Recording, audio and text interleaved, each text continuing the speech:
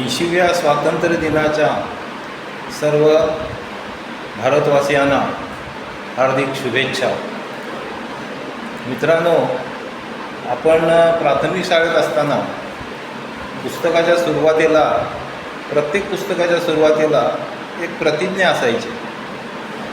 ती प्रतिज्ञा माझ्या काल वाचनात आली आणि मला काही प्रश्न पडले. भारत माझा देश आहे, सारे भारतीय माझे बांधव आहे.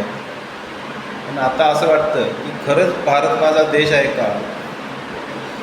मी प्राथमिक शाळेत घेतलेली प्रतिज्ञा, त्याच्याबद्दल मला शंका वाटायला लागली.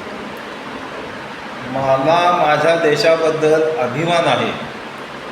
माझ्या देशाची समृद्ध आणि वैविध्यपूर्ण परंपरा मला मान्य आहे. पण आता चित्र काय दिसतंय?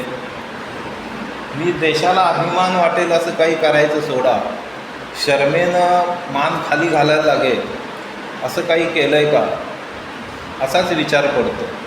आणि समृद्धी आणि परंपराबद्दल म्हणाल तर पहिल्यांदा माझी समृद्धी, नंतर माझा पक्ष, नातेवाईक आणि नंतर देश, असं चित्र दिसतं. मी त्या परंपरेचा पायी होण्याचा प्रयत्न करीन असं त्याच्यात एक आहे. पण तो काही विषयच होत नाही. मंदिरात साधा ड्रेस कोड जरी लागू केला तरी ते लोकांना पचत नाही. त्याच्याविरुद्ध आंदोलनं होतात. कसली परंपरा जपायची आपण? उलट पाश्चात्यच आपली परंपरा पुढं नेतायत असं दिसायला लागलं. मी माझ्या पालकांचा आणि गुरुजनांचा, वडीलधाऱ्यांचा मान ठेवीन असं एक आहे.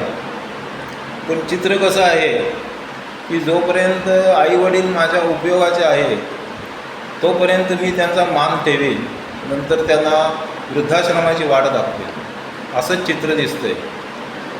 आणि शिकवणं वगैरे सगळं लांब राहून दे, पेपर जो फोडेल त्या गुरुजनांच्याबद्दलच मला आदर वाटेल असं दिसते. प्रत्येकाशी सौजन्यानं वागेल. माझा देश आणि देशबांधव यांची मला काळजी आहे असंच आहे. पण कसं आहे की निवडणूक आली किंवा काही फायदा असेल तरच आपण एकमेकाशी सौजन्यानं वागतो. मतदानाचं बटन दाबस्तोपर्यंत सौजन्य राहतं, नंतर 5 वर्ष सौजन्य गायब होतं. त्यांचं कल्याण, माझा देश आणि देशबांधव यांची मला काळजी आहे. पण ती काळजी फक्त निवडून येस्तोपर्यंतच आहे असं वाटतं. त्यांचं कल्याण समृद्धीत आहे आणि सुख समावलेलं आहे असं एक त्याच्यात वाक्य आहे. पण यातली एकही गोष्ट प्रत्यक्षात दिसत नाही. खेद वाटतो. पण आपल्या सगळ्यांना त्यांना सामोरं जायला लागतं. देव करो आणि ही परिस्थिती लवकर बदलेल.